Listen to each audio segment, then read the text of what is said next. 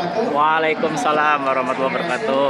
Rampes. Selamat siang teman-teman semua, Bapak, Ibu, terima kasih sudah berkenan mendengarkan kami akan menyampaikan beberapa hal yang kami alami di proses pembelajaran. Saya sering bilang ke teman-teman bahwa ini adalah proses pembelajaran bersama, karena kami sangat percaya bahwa seni itu bisa jadi alat belajar gitu ya, terus bisa menghasilkan produk-produk pengetahuan gitu. Nah, sekedar informasi, program ini adalah dipercayakan oleh UFOS ke Pamflet Generasi, terus bekerja sama dengan Serum. Jadi kami dari Serum mengadakan sebuah program yang kalau di seni itu kami sering menyebutnya sebagai program residensi. Apa itu residensi? Sederhananya adalah seniman tinggal di satu tempat, kemudian mengambil isu dari tempat itu dan membicarakannya lewat jalan seni gitu. Nah, kali ini si seniman itu ditantang gitu untuk tinggal di tiga lokus yang menjadi alur produksi pangan gitu, di sentra produksi, di sentra distribusi, sama di hilirnya gitu. Nah, hilirnya itu kami memilih kampus dan lingkungan sekolah. Jadi ada seniman yang residensinya di kantin sekolah sama di kantin kampus gitu. Jadi selama 2 minggu seniman tinggal di tempat-tempat ya. Kalau kebetulan Sabita dia ditempatkan di sentra produksi. Dia ditinggal di Lembang, itu di rumahnya Mas Gari sebagai host, yang di sekitarnya produksi sayuran. Terus di sentra distribusinya ada Mas Gilang. Gilang itu tinggal di Koperasi Mitra Malabar di tempatnya Mas Ajis, dekat ke Pasar Gede Bage. Jadi setiap malam Mas Gilang sama Ajis jalan-jalan ke Pasar Gede Bage, ketemu para pelaku di pasar itulah dan membaca gejala-gejalanya.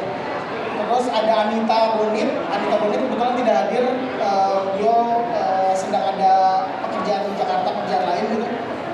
Anita Bonit ini dia tinggal di satu wilayah di dekat kampus UPI. Nah, di sekitar kampus UPI itu banyak sekolah-sekolah, dan pekerjaan Bonit adalah selama 2 minggu 3 kali makan dia akan makan di kantin sekolah. Gitu. Memetakan apa sih sebenarnya makanan mahasiswa-mahasiswa di Kota Bandung gitu ya, makanan-makanan yang dikonsumsi sama anak-anak di sekolah-sekolah gitu.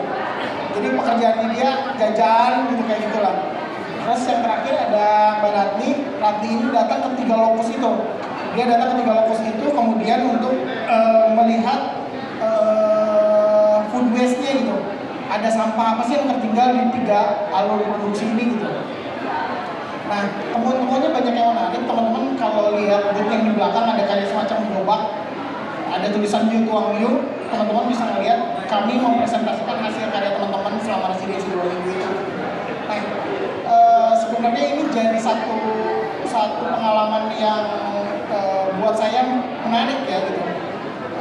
Karena kami yang bergiat di seni itu sangat berjarak sekali dengan Supangan. Bahkan banyak seniman yang mungkin sering gak makan juga. Aku jadi curhat loh. Tapi kami jadi baru sadar gitu bagaimana sentra produksi pertanian ini bisa membuat satu bacaan lain dari sudut pandang kami sebagai seniman. Kira-kira gitu Mas Budi. Bisa dilanjutkan. Ya, terima kasih. Waalaikumsalam warahmatullahi wabarakatuh. Terima kasih Kang. Boleh dipersilakan.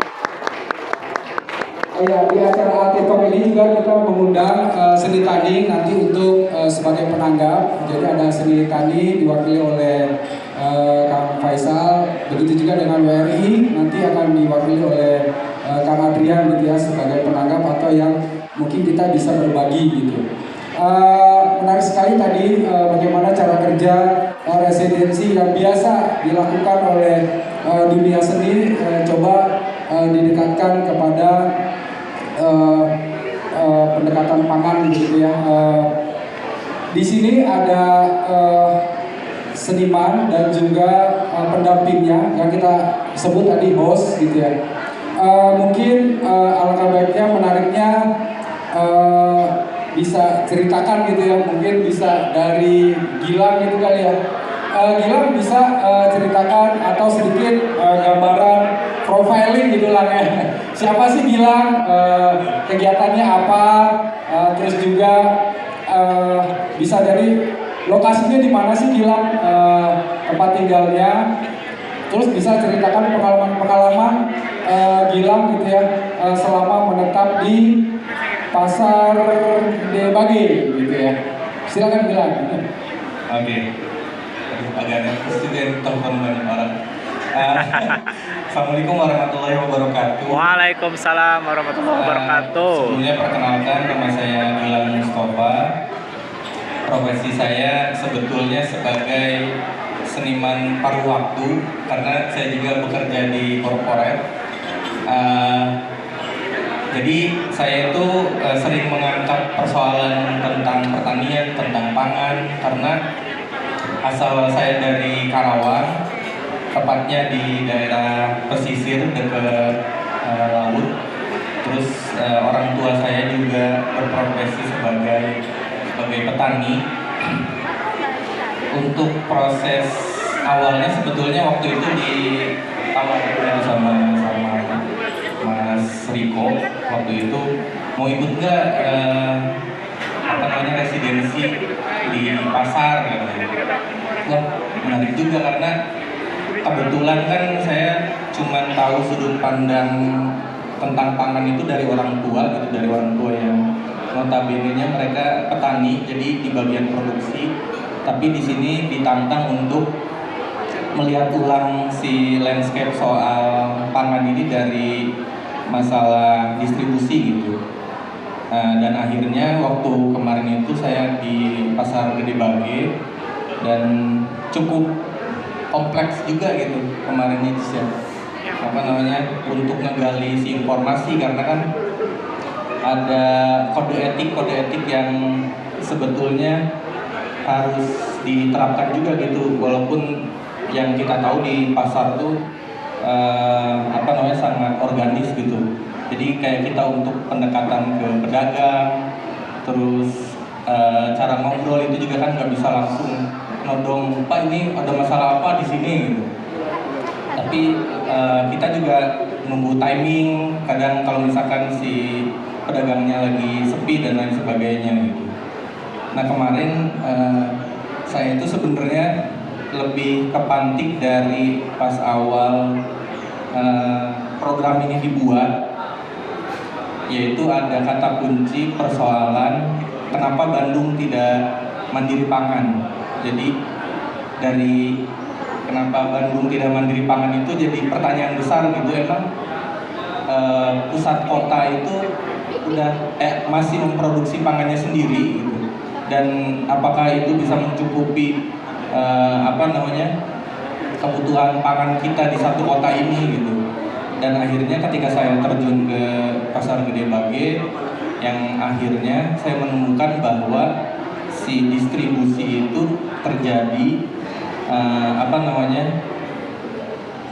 itu banyak perpindahan orang yang akhirnya mengindikasi migrasi. Terus orang-orang misalkan apa yang kita konsumsi itu ternyata pas saya temukan salah satunya dari percampuran budaya gitu. Jadi bukan hanya dari Bandung, misalkan ada orang Sumedang, ada orang Jawa Tengah, ada orang mana. Nah itu juga yang menentukan barang-barang yang disuplai atau barang-barang yang didagang di sana itu yang akhirnya apa yang kita konsumsi gitu. Nah dari situ akhirnya saya memutuskan untuk membuat satu karya video dokumenter. Jadi saya mengatasnamakan video bukan film, karena kalau film sistemnya agak rigid gitu ya, dan kalau pakai terminologi video itu lebih keseharian kayak kita ngelihat vlog. Jadi saya di sana, ini videonya saya. Nanti bisa ditonton di booth. Jadi sebetulnya di sini videonya memperlihatkan tokoh-tokoh yang ada di Pasar Gede Bage. dari mana asal mereka. Dan saya juga nemu ada satu orang aktivis namanya Kang Gejuy. Dia aktivis yang menyuarakan apa yang terjadi di pasar, permasalahan sampah dan permasalahan lainnya juga gitu.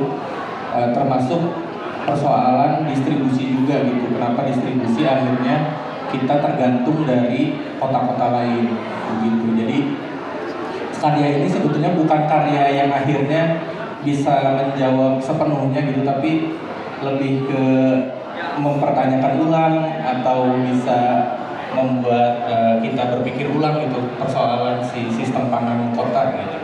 Begitu. Ya, terima kasih Gilang untuk sedikit boleh untuk gambaran prosesnya serta output yang dicapai gitu ya lewat medium video dokumenter. Di samping Gilang ada Radni boleh sama juga ceritakan profiling siapa sih Radni, mungkin tinggal di mana, kegiatan seharinya apa yang sudah atau pengalaman apa yang Radni dapatkan selama proses residensi. Sampurasun. Rampes. Perkenalkan, nepangkeun saya Radni Timandel. Tempat tinggal saya berada di Antar, bukan di Antara. Kalau nggak di Sarijadi, di Ciater. Bolak-balik.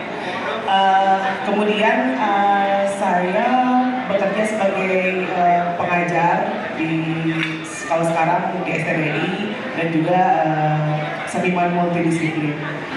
Ini untuk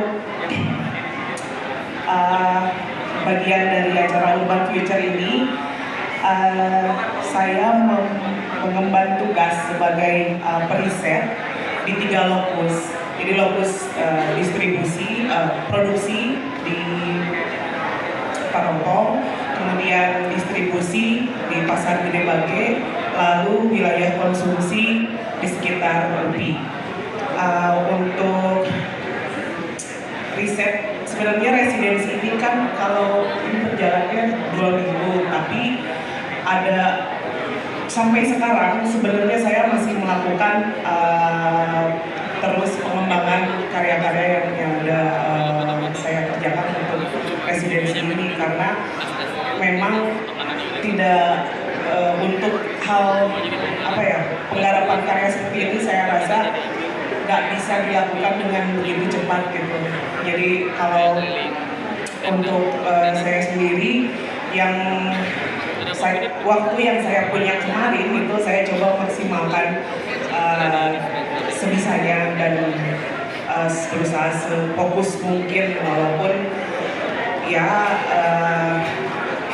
tidak terlalu berdampak secara langsung gitu, tapi untuk hasil riset ini yang saya kerjakan itu bukan mengolah data secara struktural gitu. Jadi dari ketiga lokus ini karena saya pun memang mengandalkan pengalaman empiris saya dan bersifat intuitif sekali, dan sebelumnya saya juga memang udah sering terlibat dengan isu seperti ini, karena dari 2018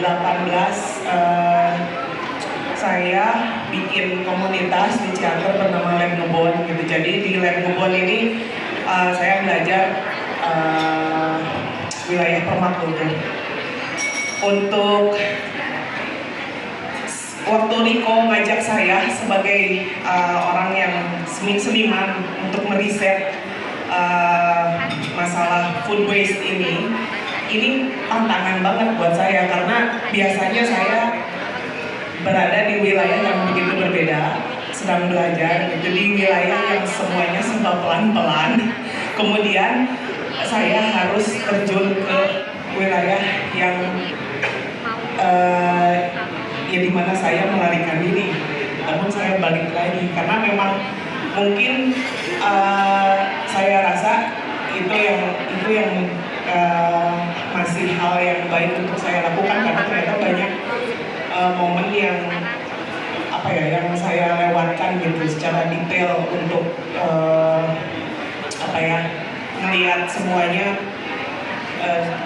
supaya bisa melihat semuanya dengan begitu benar gitu dengan apa yang saya kerjakan. Jadi untuk karya ini dengan waktu yang seperti itu dan sampai sekarang masih saya garap.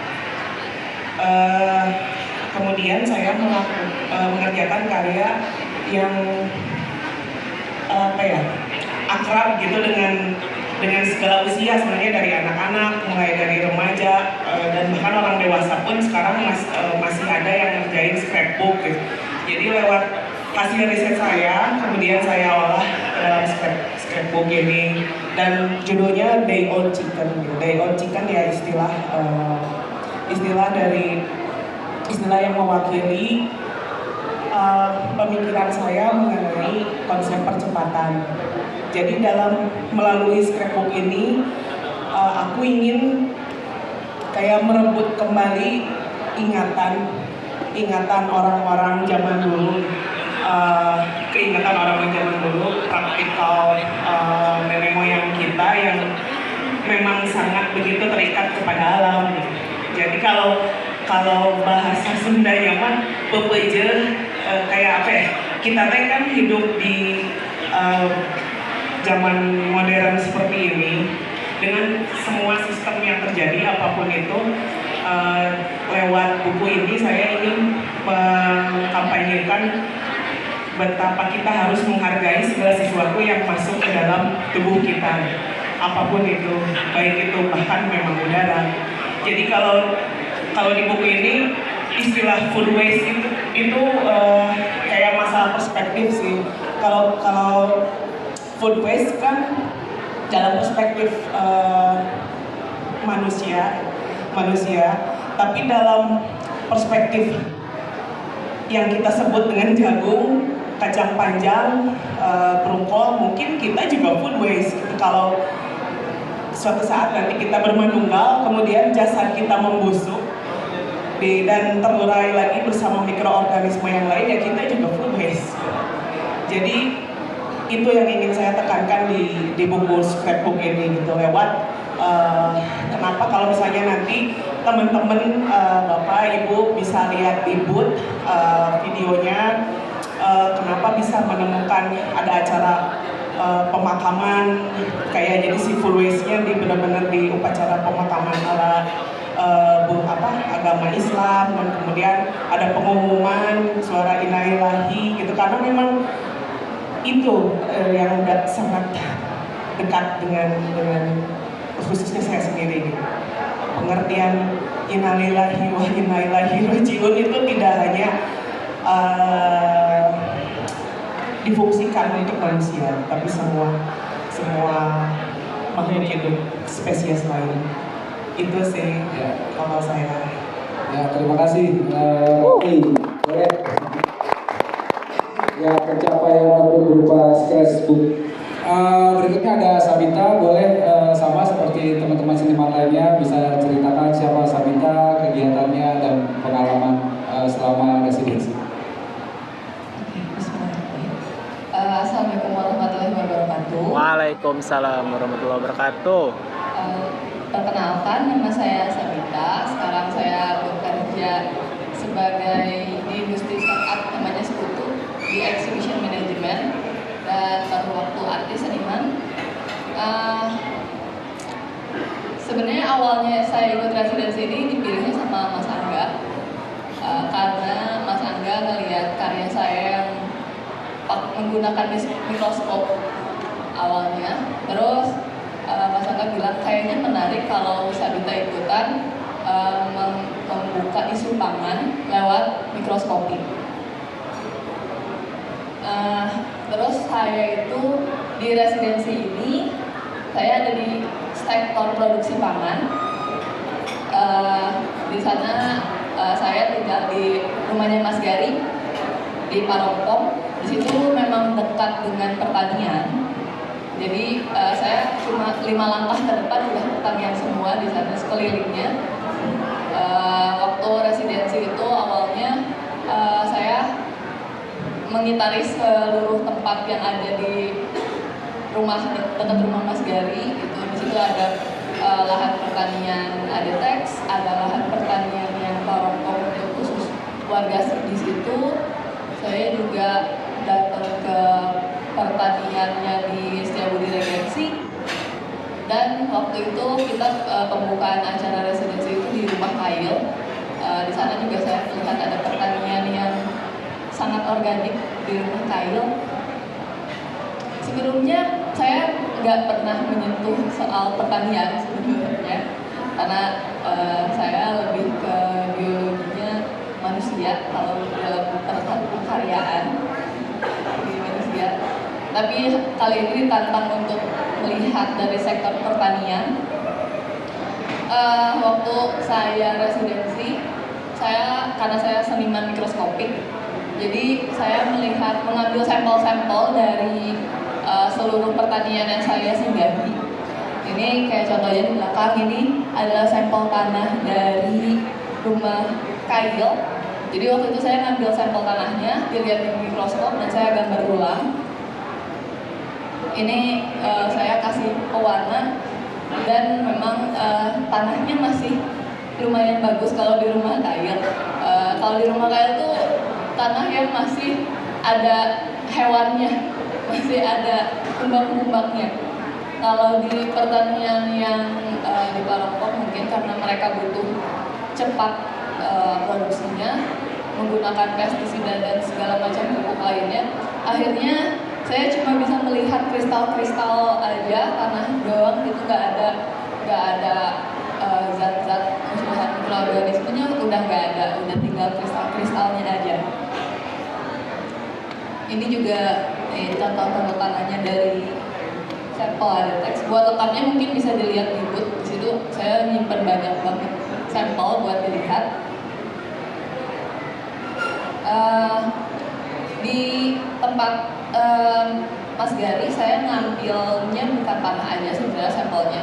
Ada produk pangannya juga, ada sayur-sayuran gitu. Saya juga ke industri susu. Terus dan saya juga ngambil sanitasi di sana, saya ngecek sanitasi di sana. Terus saya bikin video wawancara dengan Mas Gary. Di sini saya bikin video singkat, ada 4 video totalnya. Isinya wawancara dengan Mas Gary, bagaimana Mas Gary melihat pertanian sekarang dari sudut pandang Mas Gary.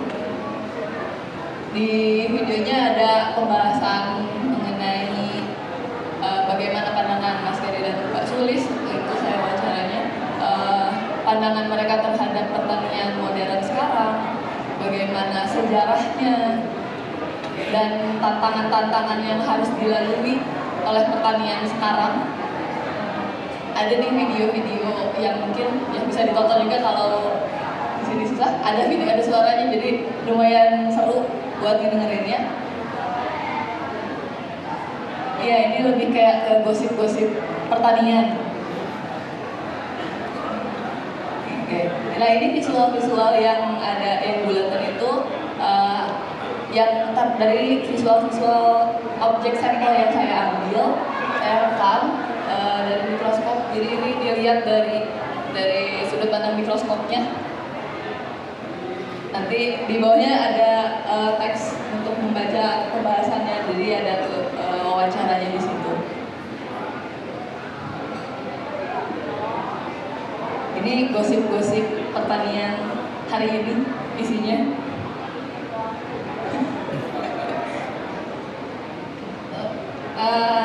Saya juga bikin dari sampel-sampel yang sudah saya kumpulkan.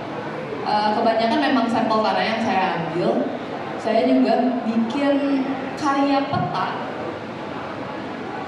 yang membandingkan secara mikroskopik dan makrokosmos. Wis, asal berat. Ya, jadi ini adalah perbandingan bagaimana kita melihat dari sudut pandang peta yang sangat jauh dan detail dari mikroskopik. ini sampel-sampel tanah yang saya ambil dari di situ ada garisnya, ada rumah kayu, ada Setiabudi Regensi, di sini ada pertanian di Parongpong, dan di sini ada pertanian di Adenex. Jadi mengikuti garisnya gitu. Dari ujung sini ke ujung sini itu tanahnya berbeda. Pesannya ingin supaya teman-teman bisa melihat bagaimana perbandingan tanah yang subur dan tidak di lahan kota Bandung sendiri. Ya. Udah sih ya. Ya, terima kasih. Demikian Ibu Bapak sekalian, bagaimana seniman melihat begitu ya footways begitu walaupun pangan begitu. Sekarang di samping saya ada host yang menemani oh ya boleh ya karena mewakili satu seniman yang tidak bisa hadir, Anita boleh. Ya, terima kasih Mas Acil. Saya ingin menyampaikan salam dari Anita buat teman-teman di acara ini. Mohon maaf nggak bisa datang. Salam dulu buat teman-teman. Nah, kebetulan di residensi ini saya tadi di awal tidak cukup menjelaskan dengan clear. Jadi ada 3 orang kurator di pameran ini yang kami menghimpun semua peristiwa ini jadi satu buku itu, terus kita terbitkan bukunya, judulnya Cerita Sebelum Makan. Teman-teman bisa lihat di booth itu nanti ada satu buku, terus bukunya juga bisa di-download. Jadi nanti presentasi ini teman-teman bisa lihat ada website namanya, alamatnya Residensi Seni Urban Futures.serum.id. Nanti teman-teman bisa akses semua hasil residensi itu tertuang di situ, termasuk buku digitalnya bisa di-download. Nah, izin menyampaikan satu seniman yang berhalangan hadir apa yang dia kerjakan gitu.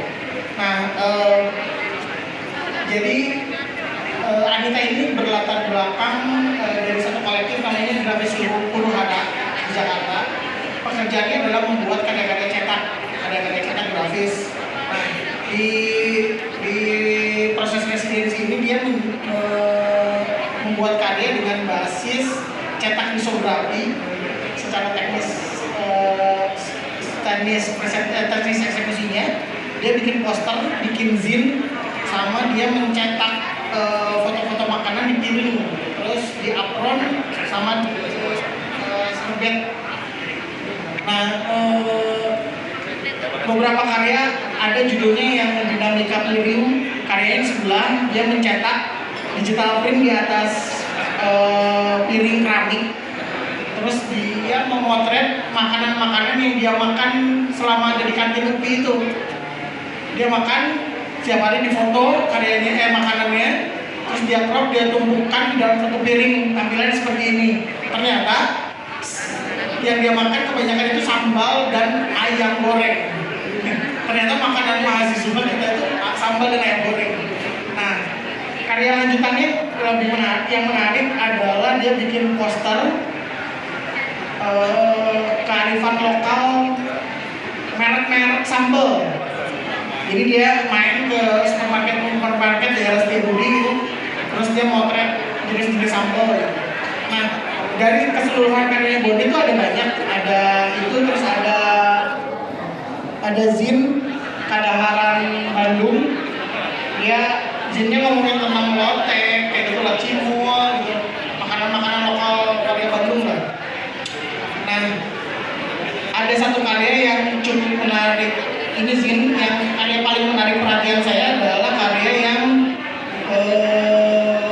mediumnya piring tapi bentuknya jam gitu. Jadi waktunya nyambel. Nah, judul karya ini Waktunya Nyambel. Nah, jadi dia memiliki kayak semacam mantra, kalau mungkin di Sunda itu disebutnya pantun, yang ngomongin tentang antanan leeh kapoe dirabut ngukuran dalam ditamping panjangnya sehari. Nah, sampai seterusnya. Si pantun ini dia terjemahkan secara teks gitu, bahwa dengan makan lalap antanan dicampur dengan sambal itu membuat kita siang hari selepas makan siang itu nggak ngantuk. Katanya gitu. Kalau si antanan itu dicampur sama sambal terasi itu bakal bikin nggak ngantuk katanya. Nah, dia bikin karya itu jadi waktu efektif untuk nyambel, sehingga kalau makan siang kita suka ngantuk karena kita nggak makan sambal sama antanan katanya gitu lah. Itu perspektif yang lucu buat saya gitu. Nah, ada karya lainnya juga dari Bonit, ada apron data, sambal dan cabai dalam angka. Jadi Bonit ngambil data penelitiannya Profesor Murdiati Gartijo dan tim dari UGM, terus datanya ditampilkan dalam bentuk apron gitu, dan apron itu bisa dipakai untuk orang masak gitu, untuk orang beraktivitas di dapur, tapi punya kesadaran data gitu. Kayak gitu lah, lucu-lucuannya mah gitu lah, gitu. Itulah karyanya. Terima kasih Anita Bonit. Ya, kembali lagi di samping saya ada host atau istilahnya ini yang menemani seniman berproses gitu ya. Mungkin dari Kang Ajis, bagaimana Kang Ajis pengalaman yang menemani seniman meriset, memasturbasi sampai berkarya, atau ada cara-cara pandang yang berbeda yang Kang Ajis temui gitu ya selama menemani seniman berproses gitu. Oke, bismillahirrahmanirrahim. Assalamualaikum warahmatullahi wabarakatuh. Waalaikumsalam warahmatullahi wabarakatuh. Sebelumnya perkenalkan, nama saya Kurniawan Ajis, dipanggilnya Ajis. Saya saat ini di Koperasi Mitra Malabar, koperasi produsen, khususnya di unit kopi. Jadi saya itu dari mulai melakukan edukasi dan pendampingan kopi dari mulai hulu ke hilir. Dari mulai pasca panen, proses, roasting, sampai ke hilir ke barista. Nah, menarik sekali ketika saya diajak untuk terlibat. Jadi saya yang tempat tinggalnya dekat dengan Pasar Gede Bage itu, kemudian bisa melihat sesuatu yang saya pribadi gitu hanya ke Pasar Gede Bage itu hanya sebagai konsumen pada umumnya gitu. Jadi hanya datang, kemudian melakukan transaksi, balik. Nah, dengan Kang Gilang, dengan Mas Gilang, kemudian melakukan wawancara, pendekatan, itu benar-benar membuka berbagai macam informasi dan wawasan saya terhadap pasar itu sendiri yang sedikit sekali banyak orang mengabaikan gitu. Jadi kacamata kita untuk melihat pasar itu ya sama seperti saya pada umumnya gitu, ketika ke pasar, beli, transaksi, balik gitu. Padahal ketika kita korek, ketika kita wawancara dengan pedagang, kita wawancara dengan warga sekitar yang tiap hari menghirup udara pasar gitu, oksigen pasar.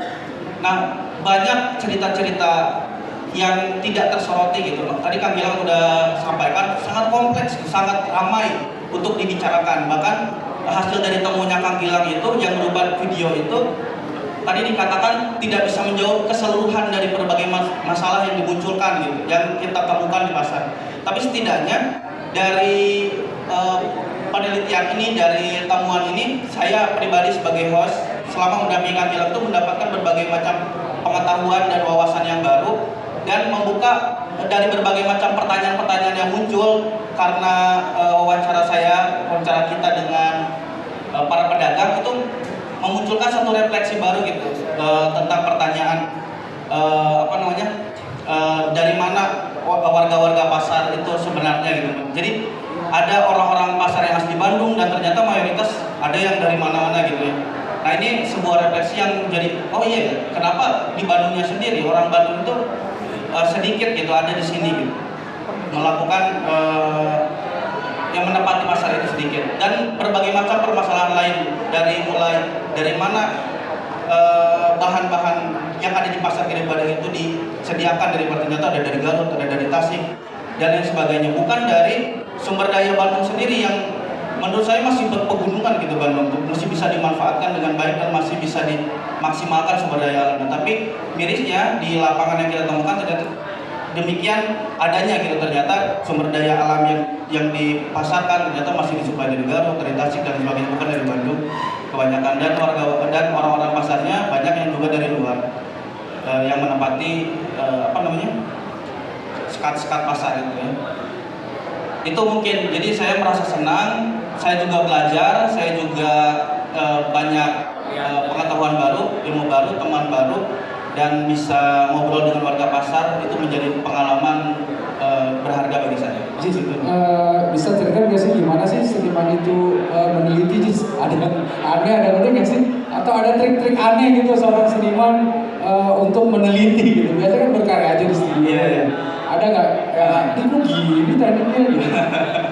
Nah, ini ada cerita lucu kalau saya pribadi ya.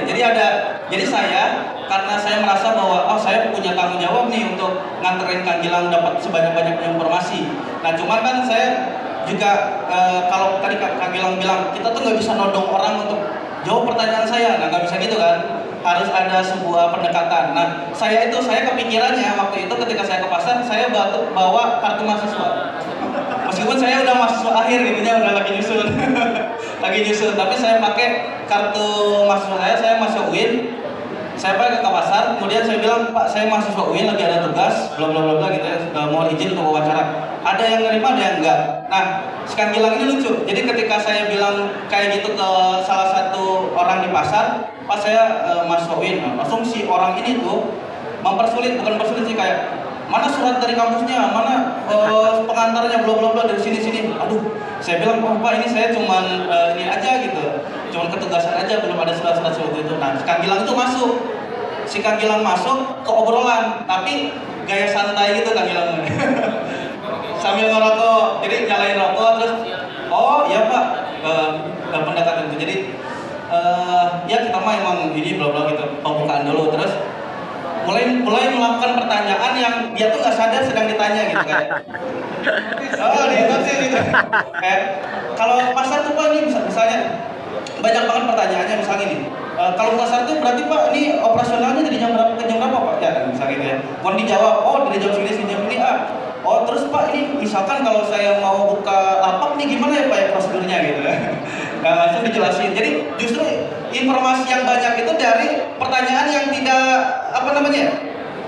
ini nggak formal, malah dari ngobrol gitu. Malah dia ngeluarin berbagai macam informasi yang justru bahkan dari mulai bahkan sampai informasi tentang istilahnya tentang preman pasarnya itu dikasih tahu gitu. Preman pasar itu ini nih, kalau misalkan mau ada urusan kesini nih, misalnya ditunjuk-tunjukin. Jadi daripada cara saya yang formal dengan embel-embel mahasiswa, Kang Gilang tuh masuk dengan pembawaan santai. Jadi saya juga ke bawah. Oh, saya menikmati itu. Gitu ya, sebenarnya pura-pura justru malah menghipnotis di wawancaranya gitu ya. Betul. Seru banget itu, seru banget. Ya paling nggak menjadi teknik baru ya di Indonesia. Ya, terima kasih Jess untuk pengalamannya. Kang Dari menemani siapa di dalam proses residensi ini, terus pengalaman apa yang Kang Dari dapatkan gitu? Assalamualaikum warahmatullahi wabarakatuh. Waalaikumsalam warahmatullahi wabarakatuh. Saat itu saya ketempelan Bita. Ketempelan. Jadi waktu itu yang ikut di saya itu Bita, dan tadi kalau pengalamannya benar kata Ajis gitu ya. Jadi justru dari awal saya kepikiran untuk nempelin Bita ke akamsi gitu. Karena saya bukan orang situasi. Jadi saya cariin satu anak yang memang dekat sama saya, tapi dia orang asli situ. Dan kebetulan si anak ini cukup luas untuk bisa masuk ke sana kemari. Nah, makanya saat itu kita bisa ke petani-petani yang mungkin secara jangkauan saya mungkin agak sulit untuk ke situ gitu. Terus yang menarik dari temuan kita sebetulnya ada beberapa sih. Jadi yang pertama adalah ketika kita ke tukang perah susu gitu ya. Nah, ke penghasil susu itu ternyata ketika diteliti ada zat yang ada kristal urin di susunya. Wah, gitu, makanya jangan minum susu yang dari Lembang ya, karena ya jadi waktu itu satu pertama itu. Tapi setelah berapa waktu kemudian ternyata diklarifikasi sama kita bahwa ternyata itu umum. Wah, itu sebetulnya bukan klarifikasi yang baik ya. Tapi berarti memang setiap susu yang kita minum ada urinnya gitu. Nah, tapi itu temuan pertama. Yang kedua yang sebenarnya saya cukup bingung gitu adalah ketika Bita ngeliatin ada ulet yang berwarna-warni, jamur yang warna-warni ya. Jamur yang warna-warni, walaupun kayaknya bukan ke arah situ sih gitu ya penelitiannya, tapi itu juga saya baru lihat soalnya. Jadi jamur yang warna-warni itu saya nggak tahu jamur apa. Nah, dan yang terakhir yang menarik adalah akhirnya terbukti yang selama ini diobrolin sama teman-teman bahwa yang namanya tanah itu adalah sumber kehidupan gitu kan. Jadi mungkin selama ini teman-teman di sini juga masih berpikir bahwa tanah itu adalah media tanam gitu ya. Tapi ternyata lebih dari itu gitu. Jadi mungkin saya belajar juga dari Wani di rumah kayu ya. Itu dan saya beberapa waktu yang lalu juga saya ketemu sama Kang Luki dan saya banyak belajar di Kang Luki di rumah kayu Permata itu yang bicara bahwa ya sumber tanah itu adalah sumber kehidupan dan kehidupan itu sendiri gitu. Nah makanya pas ketika Bita bisa melukiskan itu dalam gambar bahwa distinktif dibedakan sekali bahwa di rumah kayu itu banyak kehidupannya tanahnya. Dan di yang dekat rumah saya yang benar-benar brutal kimia gitu ya, itu akhirnya nggak ada kehidupannya di tanahnya. Jadi seakan-akan bertani di tanah dan bertani di spon misalnya gitu ya, atau di busa gitu, itu jadi nggak ada bedanya. Jadi akhirnya kita bisa bilang bahwa kita hidroponik akan lebih baik daripada nanam di tanah gitu ya. Padahal harusnya gitu, nanam di tanah itu jauh lebih baik daripada hidroponik gitu ya. Kenapa saya bilang kayak gitu? Karena sekarang sebenarnya kejadian bahwa kalau kita beli selada hidroponik itu bisa tahan cuma 1 hari biar tahu sampai layu. Tapi kalau selada yang ditanam di tanah, apalagi yang organik, itu bahkan bisa 3 hari sampai 1 minggu. Nah makanya sebenarnya kalau misalnya kita mau lihat kok beda sih gitu ya, kok beda sih. Nah ternyata temuan kita membuktikan nih bahwa yang ada di tanah itu, misalnya mikroorganisme yang ada di tanah itu adalah yang menghidupkan gitu. Jadi mungkin tadi betul kata Ratni bahwa innalillahi wa inna ilaihi raji'un itu bukan sekedar hanya aduh ada yang meninggal, oh innalillahi gitu, tapi pada dasarnya semua itu kembali ke tanah. Nah mungkin itu yang dimaksud adalah sumber kehidupan itu adalah tanah gitu. Mungkin itu ya, terima kasih Kak Gari. Oh ya sebelum ya boleh berdua sebelum ke Kang Faisal dari sini Kandi dan juga Kang Adrian dari WRI, saya coba kupas dulu gitu ya dari teman-teman di atas panggung ini. Gilang seperti pesulap gitu ya, ataupun seperti detektif cara masuk untuk meneliti gitu. Gilang sebelum kegiatan residensi ini dan sesudah, sebenarnya apa sih yang dirasakan isu food waste maupun pangan gitu ya? Sebelum residensi ini dan sesudah, apakah tambah banyak gitu ya keresahannya gitu ya? Dan seniman kan biasanya punya imajinasi gitu ya, atau punya gagasan, atau di sini diperkecil aja yang seperti apa yang Kang Gilang idamkan gitu ya. Gitu. Jadi resah dan bagaimana food waste ataupun pangan ini menjadi sebuah idamannya Kang Gilang gitu ya. Jadi resah dan idamannya gitu.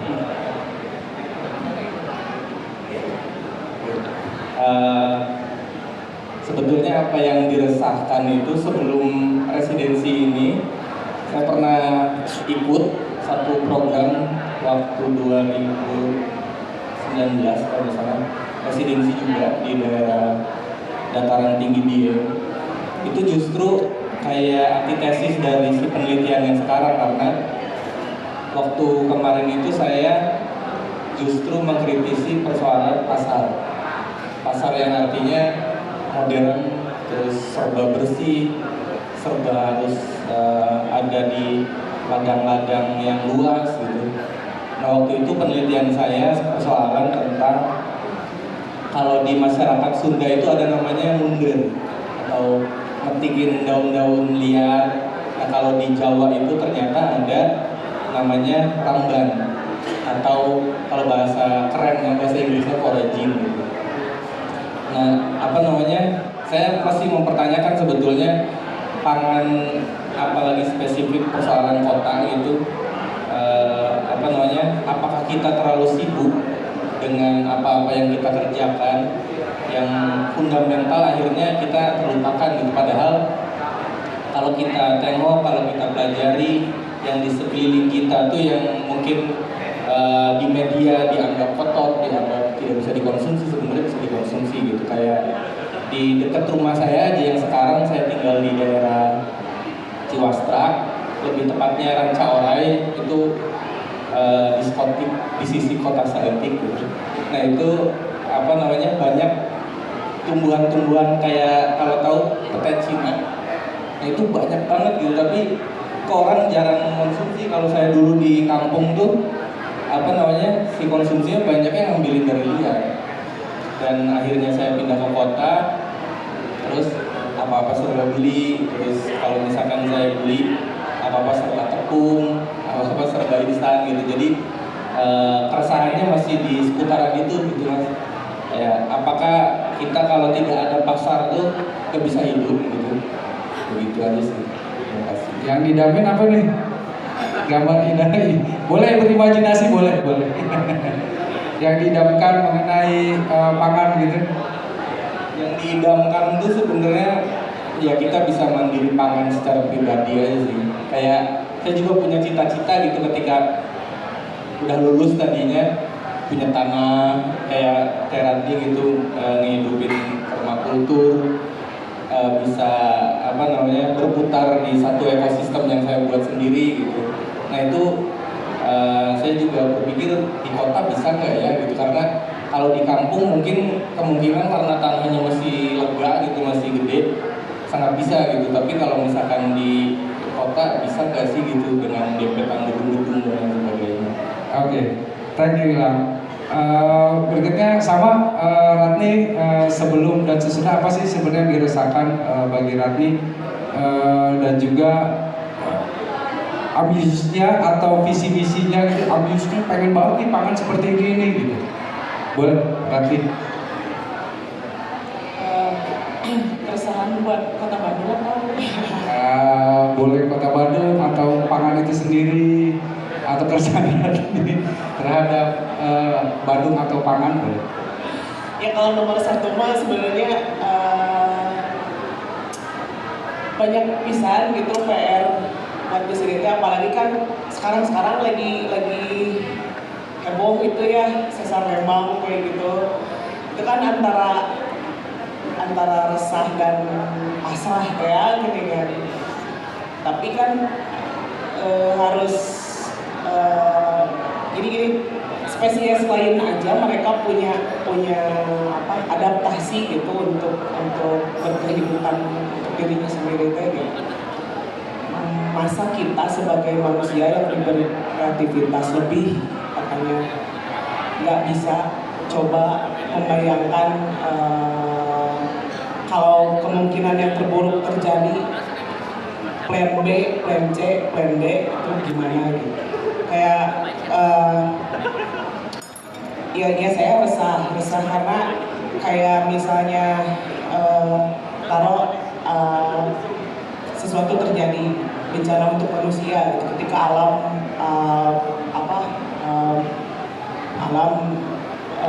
yang hidup gitu, bergerak gitu, kemudian semua akses terutama pangan gitu kan didatangkan dari luar segala macam, itu apa, ini bakalan gimana ini, dan resah sebenarnya. Kalau untuk sederhananya, seresah saya melihat pohon sukun yang ditanam di sepanjang jalan di Sarijadi, dan ternyata si sukun tersebut diambilnya cuma sedikit saja gitu oleh warga-warga di situ. Kebanyakannya yang datang orang dari Garut untuk ngambil si sukun buat dijual lagi di luar kota. Sesederhana itu keresahan melihat hal itu tuh saya resah gitu. Dan kalau yang saya idamkan, sebenarnya kan saya tinggal di Sarijadi, ibu-ibu di Sarijadi udah cukup aktif sih. Mereka di setiap RT RW itu udah punya walaupun masih menggunakan pestisida dan sebagainya itu nggak apa-apa. Memang nggak bisa langsung, harus pelan-pelan gitu. Yang pasti si semangat gotong royong untuk nanam sesuatu di RT dan kemudian dijual kembali. Biasanya 1 bulan sekali itu atau setiap hasil panen mereka ada penjualan gitu untuk warga di situ. Dan yang bikin saya positif itu semoga saya bisa berhasil menginspirasi terutama ibu-ibu gitu sebagai the power of emak-emak teh. Wah, itu memang harapan yang besar gitu, karena memang ibu-ibu terutama sebagian besar yang memegang kontrol di dapur gitu untuk pangan. Jadi kalau misalnya kita bisa bekerja sama dan saling meringankan beban satu sama lain, khususnya di antara kalangan perempuan juga didukung oleh suami, kalangan pria. Sebenarnya saya nggak mau ngomongin gender sih, cuman kebanyakan kalau di sini bahkan yang mengurus sampah di dapur pun yang memang perempuan gitu. Tapi ya pokoknya yang saya idamkan saya positifnya harus terus bisa merangkul yang belum tahu sih mengenai apa yang harus dilakukan gitu. Kan kayak seperti karya yang saya kerjakan untuk opak tahu nggak sih Bang? Opak itu walaupun saya mencurigai bahwa opak adalah bukan asli budaya Sunda, tapi kayak ada bawaan dari Cina atau opak. Tapi opak itu kalau misalnya kita bikin opak aja, jangan dulu dipanggang. Opak kan dibikin dulu tuh dicetak kemudian dipanggang baru bisa dimakan. Nah kalau jangankan untuk menanam lah, dari masalah kita mengawetkan makanan aja itu masih jauh dari, dan orang-orang di kita tuh harus harus dibangkitkan lagi semangat mengawetkan makanannya, mulai dari seperti opak, baik itu rempah-rempahan dan sebagainya. Jadi kalau ada apa-apa ya opak bisa disimpan lama gitu karena dia keras kan. Ya, kayak gitu sih dari hal-hal yang sederhana itu sih. Oke, Ratni, terima kasih untuk idam-idamannya bagaimana pangan ini semua ikut berperan gitu ya. Sabita boleh sebelum dan sesudah apakah keresahannya nambah gitu ya? Dan kira-kira ambisius keresahan terhadap food waste atau pangan gitu ya, boleh ceritakan keresahannya sebelum dan sesudah ikut, malah keresahannya tambah banyak nih gitu. Boleh Sabita? Benar sih Kang, sebelum presidensi dan setelah presidensi ternyata keresahan jadi nambah. Karena saya jadi menyadari bahwa kekurangan kita tuh banyak. Sebelumnya saya nggak resah karena kayak nggak tahu gitu pertanian kita tuh separah ini. Tapi setelah meneliti selama 2 minggu ternyata wah parah juga ya di sini. Cicing. Nah, wah parah juga ya tanah-tanah kita tuh ternyata.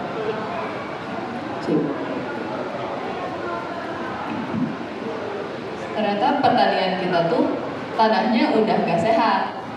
Dari situ muncul lagi keresahan yang baru. Oh berarti pupuknya banyak dong dipakainya. Apakah sesuai dosis yang dianjurkan? Pertanyaan pertama muncul. Terus pertanyaan kedua, kok ini sayurnya gak layu-layu udah 1 minggu? Apakah ini si sayurnya udah terkontaminasi sama zat kimia juga? Akhirnya jadi bukannya selesai satu masalah, tapi muncul-muncul masalah baru. Jadi nambah keresahannya. Tapi itu harus jadi PR kita mungkin ya ke depannya.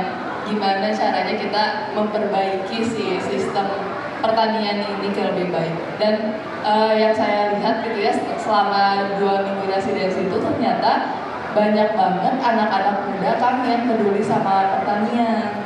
Cuman memang mereka nggak langsung terjun ke pertanian itu, karena petani-petani mudanya tuh sekarang lebih cenderung sedikit, udah mulai berkurang petaninya. Tapi teman-teman muda yang concern terhadap pertanian itu ternyata banyak. Saya setelah masuk ke sini, oh ternyata teman-teman muda yang peduli dengan isu-isu pangan ini banyak menyuarakan juga tentang keresahan-keresahan mereka terhadap pangan ini. Itu sih untuk keresahan nambah pasti. Yang diidamkan, ambisi saya sebenarnya pingin si pertanian yang mungkin lebih terkontrol aja kan ya. Ada satu pihak yang bisa seperti badan pengawas lah gitu. Ada pengawasnya supaya si bahan-bahan kimia yang masuk ke dalam tanah tuh bisa terkontrol, terlihat sesuai dengan takaran seharusnya seperti apa, sehingga kita juga nggak was-wasan makannya gitu. Sekarang teman-teman bisa makan dengan enjoy. Sekarang saya setiap makan mikir dulu kan, ini apa aja ya ada di dalamnya ya. Jadi setelah dari sini kepikiran, ini pestisidanya kemarin aku lihat 2 botol nih. Lebih waspada ya, lebih waspada. Iya.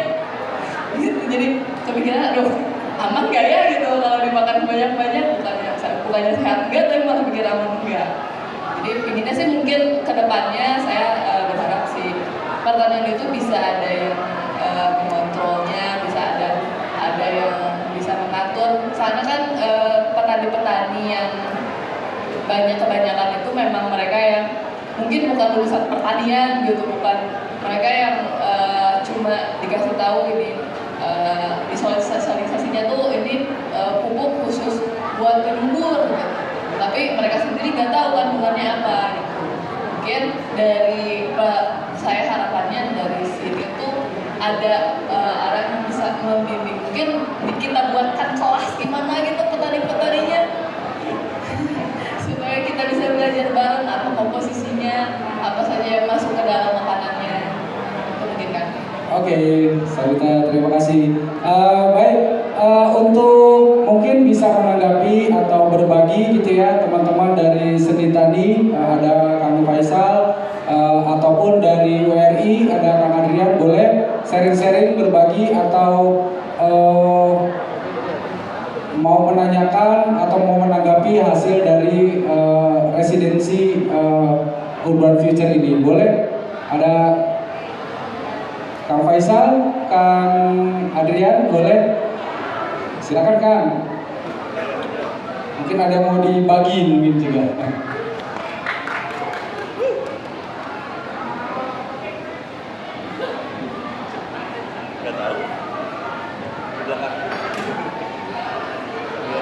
Silakan, majukan.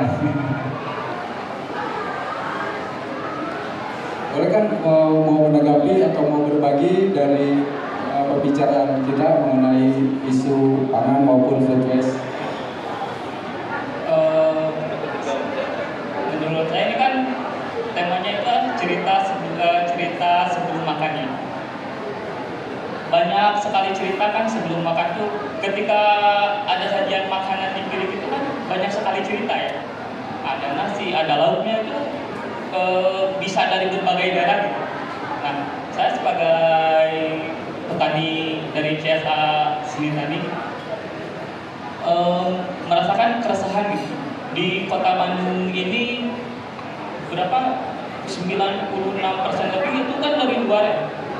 Nah, saya ingin gitu kalau petani muda itu menjadi sebuah pilihan.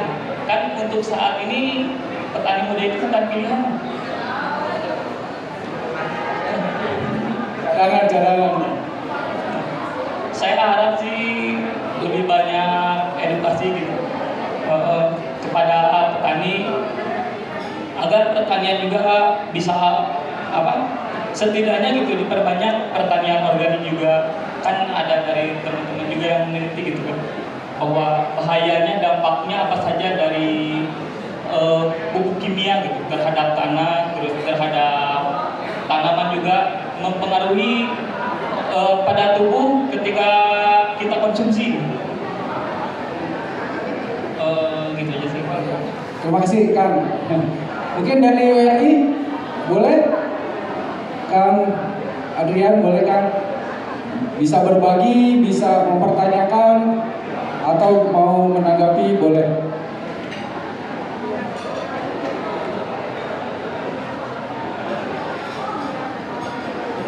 Kang Adrian. Hah? Oh, silakan. Assalamualaikum warahmatullahi wabarakatuh. Waalaikumsalam. Perkenalkan, nama saya Taski. Saya sih mau nanya ke Tevita ya. Kayak misalnya kan seni itu luas ya. Kenapa sih bisa milih kayak terinspirasi apa gitu milih apa sih namanya yang mikroorganisme gitu, karena menurut saya itu tuh seni yang baru gitu. Jadi menurut saya ini agak aneh aja gitu. Kenapa sih bisa milih kayak gitu kayak ya mikroorganisme gitu sih. Jadi apa sih yang latar belakangnya atau kayak gimana? Kayak gitu sih. Terima kasih. Ini oke, ada mau pertanyakan kenapa ketertarikan dengan pendekatan mikroskop? Oke, terima kasih Taski. Pertanyaannya mikroskop. Kenapa saya tertarik dengan mikroskop gitu, dengan dunia mikroskop, dan akhirnya membawa si karya di residensi ini melalui mikroskop. Pertama memang awalnya saya memang seniman yang berbasis dunia mikroskopik. Jadi memang dari awal karya-karya saya itu melihat sudut pandang mikro terhadap sesuatu benda. Dan waktu pertama ngobrol sama Mas Angga diajakin untuk pameran di sini, ditanya, Dit, gimana kalau kita ikutan residensi ini dan lihat si pertanian dari sudut pandang mikroskopik? Terus, pertanian kan luas, kenapa? Gimana cara lihat dari mikroskopik? Apa yang harus aku lihat? Banyak banget kan, pilihan itu pasti banyak banget. Akhirnya dari situ saya coba mengambil semua kemungkinan yang bisa dilihat. Jadi pas udah datang tuh benar-benar ngambil semua sampel yang ada. Tanah diambil, susu, ada sayur diambil, ada air, apa semua diambil gitu. Makanya itu tuh sebenarnya hampir ada 60-an sampel yang diambil, cuman emang nggak semua dipaparkan, cuma ada beberapa doang, ada 30 karya aja untuk yang sampel itu. Dan saat dilihat baru ketahuan ternyata dari semua sampel itu yang paling krisis utamanya itu ada di tanahnya, karena dari tanah itu merembet ke yang lain. Jadi kita bisa akhirnya bisa melihat sudut pandang baru saat melihat dari yang kecil-kecil yang kita bahkan nggak bisa lihat dari mata seperti gitu ya, harus pakai bantuan alat. Ternyata itu ada sesuatu yang salah di hal yang kecilnya aja.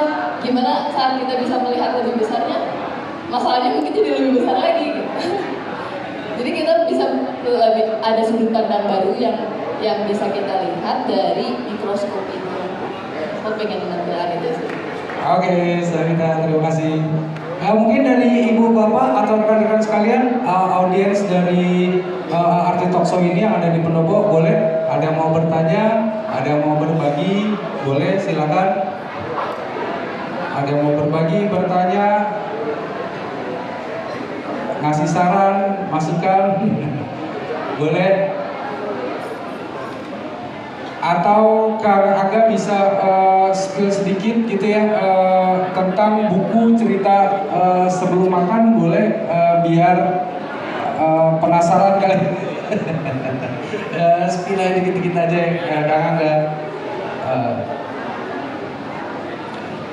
mengenai buku. Saya barusan sambil ngambil kopi karena ngantuk. Saya tidak bisa membayangkan apa terjadi di floor gitu ya. Habis makan ya. Habis makan siang gitu ya. Karena kita nggak makan sambal terasi dan makanan gitu. Jadi ngantuk. Oke, teman-teman, output dari residensi ini seperti tadi sudah diceritakan di awal, bagaimana si seniman-seniman semua membuat karya yang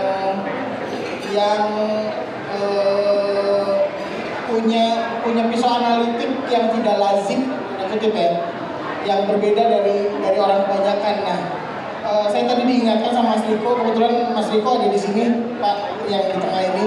Mas Riko salah satu kuratornya dari proyek ini. Jadi seperti saya tadi bilang ada 3 orang kurator, saya, Mas Riko, sama Mas Hasrul. Mas Rasul kemudian kebetulan berdomisili di Jakarta dan dia ngajar juga, jadi hari ini berhalangan hadir. Nah, kenapa penting yang tadi dititipkan sama Mas Riko sama saya bahwa kenapa kita menggunakan seni sebagai produk pengetahuan. Kami percaya kalau seni itu punya kekuatan rasa yang nggak dimiliki sama hal lain. Ada transfer rasa gitu yang menjadi kekuatan seni, sehingga seni itu punya daya gitu. Seni itu punya daya untuk ngomong lebih kuat dari obrolan biasa gitu. Kita bisa saja berorasi, kita bisa saja membuat riset yang sangat serius gitu, tapi paling sederhana kita bisa melihat apa yang dilakukan sama Kang Aziz dan Gilang di lapangan tadi misalnya. Ketika Aziz dengan sangat kaku, sampai Aziz pernah ngobrol ke saya, Kang, saya pikir metodologi pengambilan data itu harus dengan menggunakan kuesioner. Ternyata bisa ya dengan menggunakan sebatang rokok katanya. Jadi datang nawarin rokok, Pak nggak rokok Pak, terus ngobrol cair.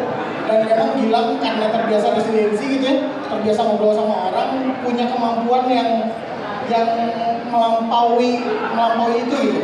Karena dia juga ya seniman, kami sangat percaya bahwa seni itu punya cara tutur yang tidak dimiliki profesi-profesi lain lah gitu. Kira-kira gitu. Nah, kalau tadi saya diminta untuk menjelaskan tentang si bukunya sama Mas Wakil, jadi output dari buku ini, output dari residensi ini kita himpun jadi sebuah buku. Bukunya kita bedah dari banyak sisi, termasuk dari sisi psikologis. Kami mengundang psikolog untuk menulis pengamatannya dengan mewawancarai para seniman dan host ini. Terus di buku itu nanti terlampir capaian bacaan-bacaannya gitu. Apakah terjadi saling silang informasi antara host dan seniman? Gitu. Apakah terjadi pertukaran pengetahuan gitu antara host dan senimannya? Atau seberapa kuat si karya-karya yang dikerjakan sama teman-teman ini punya pengaruh? Kalau tadi ngomongin rasa ya, bahkan tadi mungkin di penanya yang terakhir itu kan kenapa kepikiran gitu dunia mikroskopis gitu yang ditampilkan gitu ya, karena itu punya pengalaman yang beda yang jarang kita lihat sehari-hari gitu. Nah, kekuatan seni itu bisa bekerja seperti itu gitu. Nah, untuk tahu pertanyaan-pertanyaan yang tadi saya tanyakan, jawabannya ada di buku itu. Bagaimana, apakah silang-silang informasinya berbeda atau enggak gitu. Dan bukunya bisa di-download mulai hari ini di website residenciseni.urbanfutures.serum.id gitu. Maka teman-teman bisa di-download bukunya. Ya, baik, karena terima kasih untuk waktu, tersisa 15 menit. Mungkin dari audiens, oh ya boleh Kak. Boleh majukan. Perkenalkan, nama saya Albi Fatur Rahman dari Buruan Mangayan.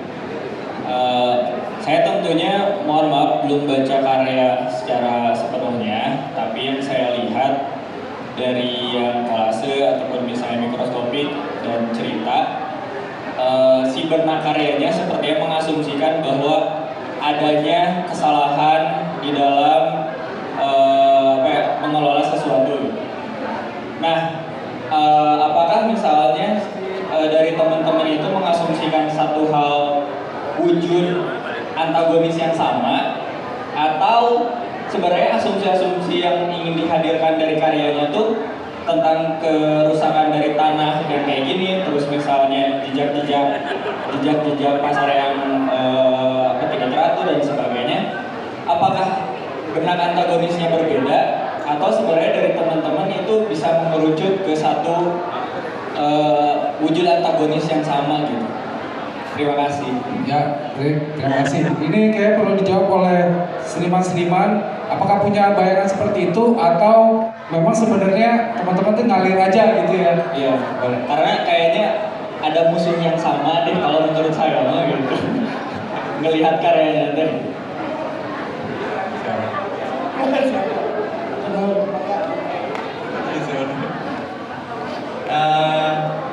Kalau saya itu sebenarnya kalau nganggap musuh juga apa ya? Karena saya pikir segala sesuatu itu kan punya celah kritis gitu ya. Jadi walaupun misalkan saya sama Pak Angga temenan gitu ya, akrab, tapi ketika misalkan ada satu hal yang menurut pandangan subjektif saya itu tidak selaras dengan ideal pemikiran saya, pasti saya kritisi juga. Nah, mungkin kalau pandangan saya pribadi berkarya seni itu akhirnya bukan tendensi untuk menyalahkan gitu atau kami hintarkan atau menyerang satu entitas gitu, tapi lebih mempertanyakan ulang, terus lebih ketika punya satu masalah kita lempar, kita diskusi bareng gimana ya, misalkan ini entah solusi, entah nanti timbulnya pertanyaan lanjutan atau kita bisa bereaksi tentang hal ini tuh gimana gitu. Jadi bukan persoalan yang lebih tendensius seperti tadi sih sebenarnya gitu kalau saya begitu.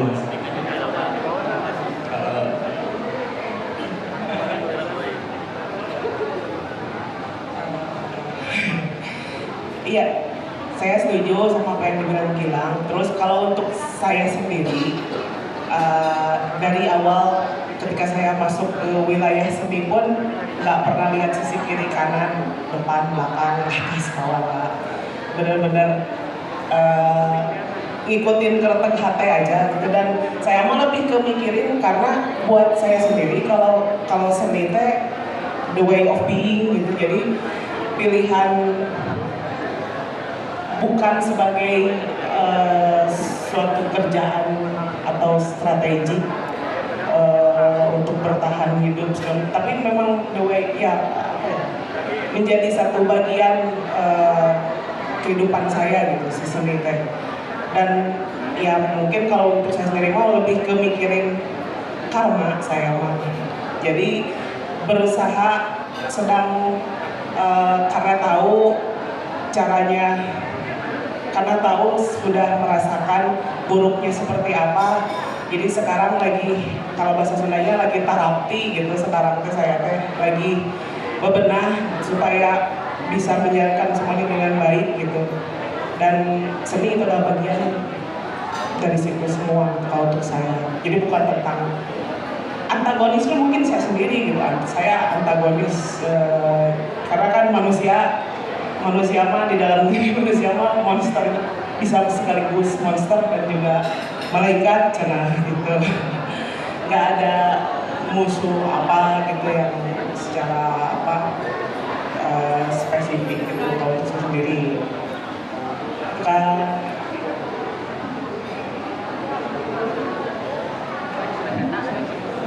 saya musuhnya Mas Angga.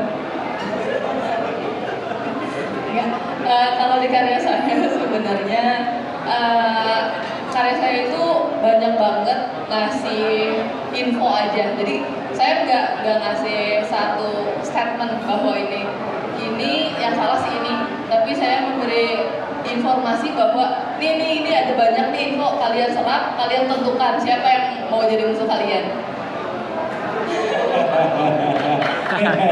Iya. Oke. Ya, Kang Obos mungkin Kang Riko sebagai ininya nih, salah satu kuratornya nih.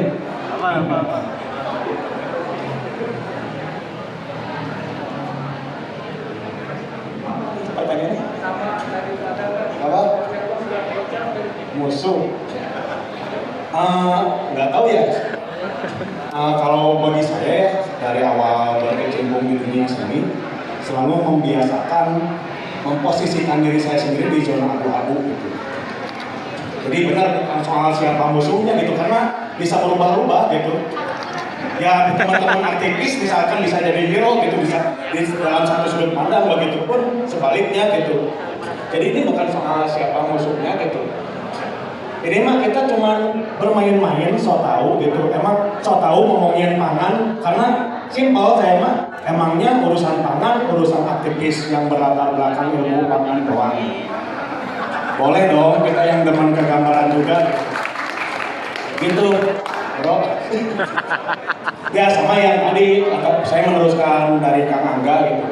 ya kita mah cuma pengen nyoba menunjukkan potensi dari seni itu sendiri gitu, bahwa kita tuh dalam ranah produk pengetahuan mungkin kita nggak bisa menyampaikan informasi yang valid, kita cuma mencoba mentransferkan rasa gitu. Karena ya kekuatan kami mah gitu apa ya, karena kalau ngomongin tahu atau tidak itu misalkan saya yakin teman-teman di sini tahu bahwa produk pertanian yang non organik peternakan itu tuh banyak masalahnya, pasti tahu, tapi soal ngerasa enggak bersalah ketika memakan itu, saya yakin banyak yang enggak aware situ. Jadi ya itu, kami mah cuman mencoba disiplin ngomongin rasa yuk di project ini tuh gitu, sesimpel itu teman-teman. Keren. Oke, gitu. Saya sudah membuat. Ya, makasih Riko.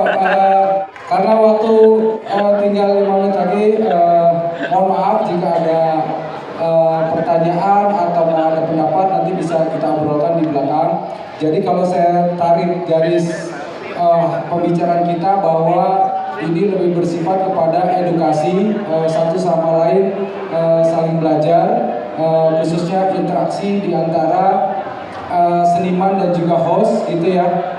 Mereka residensi, kalau di dalam dunia pendidikan dulu dikenal dengan nama metode nyantri mungkin kali ya. Mereka nyantri selama 2 minggu di tempat sumber belajar, melihat, mengobservasi, kemudian merefleksikan hasil prosesnya begitu yang dari berbagai macam medium begitu ya, dari yang mereka latar belakangi gitu. Ada seniman video, seniman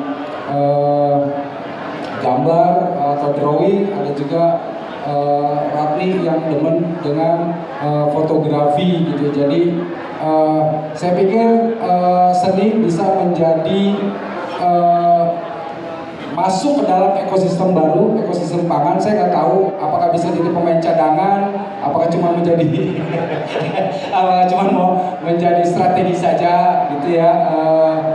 Ini bagaimana kita bisa melihat sebenarnya seni ini aktornya di mana nih, cocoknya sebagai apa nih gitu ya di ekosistem pangan gitu ya. Artinya biar kita sama-sama berkolaborasi semakin besar, akhirnya kita bisa membuat ekosistem belajar, khususnya ekosistem belajar di wilayah pangan gitu ya. Terserah teman-teman, baik pelaku pangan atau teman-teman seni mau memposisikannya sebagai apa gitu ya.